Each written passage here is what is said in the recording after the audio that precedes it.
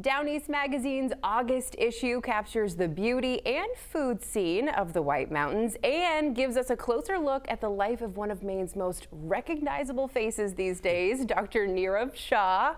Here to talk about that and the newest issue is Down East Editor-in-Chief Brian Kevin. Thanks so much for coming in. Thanks for having me. Yeah, of course, we're going to get to Dr. Shah and the mountains in a little bit, but let's start with something that everybody loves this time of year, which is ice cream. It's appropriate time of year to be, the story is about the Island Dairy Treat in the Kennebec River in Skowhegan. And I think it's interesting because when you think of businesses that double as like community hubs, you might not instinctively think about ice cream shops, but certainly in the summer in Maine they are. And for 70 years this place has just been like a community gathering place. 70 years, that's quite an accomplishment. It's quite a long time. And the folks who are running it these days have some stories that go back generations. You have people who came when they were small, now they bring their grandkids, all this kind of classic stuff. And I think if you are watching this and thinking like, oh, that reminds me of like the ice cream place in my town, maybe I'll go out and get a scoop, you're gonna recognize something about that just community aspect in it. Yeah, and the treats, they looked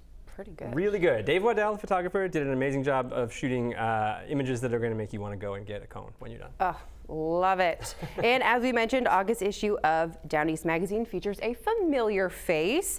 We know him as Dr. Nirav Shah, but it turns out there's a lot more to his story. Yeah, and he's one of these people that has exploded onto the scene on account of the pandemic, obviously. Across the country, there are public health directors that up until 2020, worked hard and did important jobs, but in relative obscurity. Dr. Shah is an example of how this position has become a very public position in the last 2 years.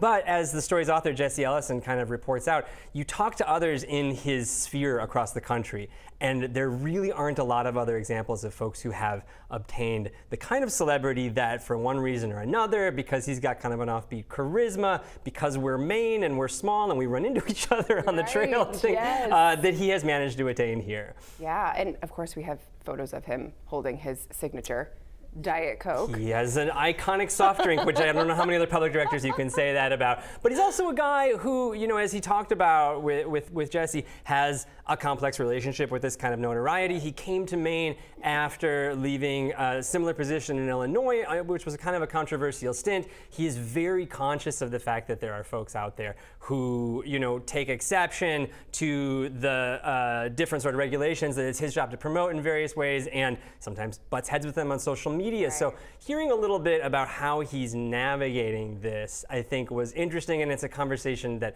I don't know that he's had much up until now. Yeah, and the day that we receive a sleeve of our favorite soda with a red ribbon tied around it, that's when we know that we've made it. Absolutely. Why aren't people just handing me beer at the grocery store? How do I get to that level, Dr. Shah? That would be amazing. Last but certainly not least, and you'll know when you see these photos, the issue has a full spread on the White Mountains, and it even has something for the foodie in your life. Yeah, I mean, when we do a service package like this, we try to look at not only obviously the hiking opportunities that are there in our little tiny chunk of the White Mountains. People associate the Whites with New Hampshire, obviously, but Maine's got a bit, and our argument is we have some of the best of it, and it doesn't see the sort of traffic at the trailheads that you might get in New Hampshire and some of these more popular trails and the presidentials and things. But there's also the amazing trail town of Bethel, where you can get, terrific meal at the Mew Eats and a bunch of good beer, and we stop in on some of our favorite places. Freiburg is a great gateway town that's a great place to stop off. And there's scenic drives and springs to soak in, and a number of things to do even if you're not can I say badass? A badass hiker. Like that. Heard here first.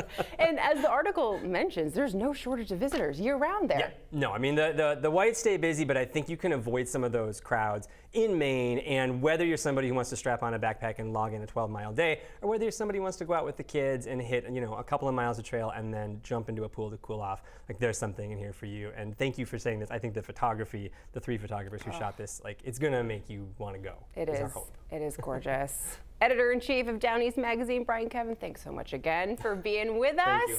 Keep an eye out for the August issue of Down East Magazine, and in the meantime, keep your eyes right here. 207's back after this.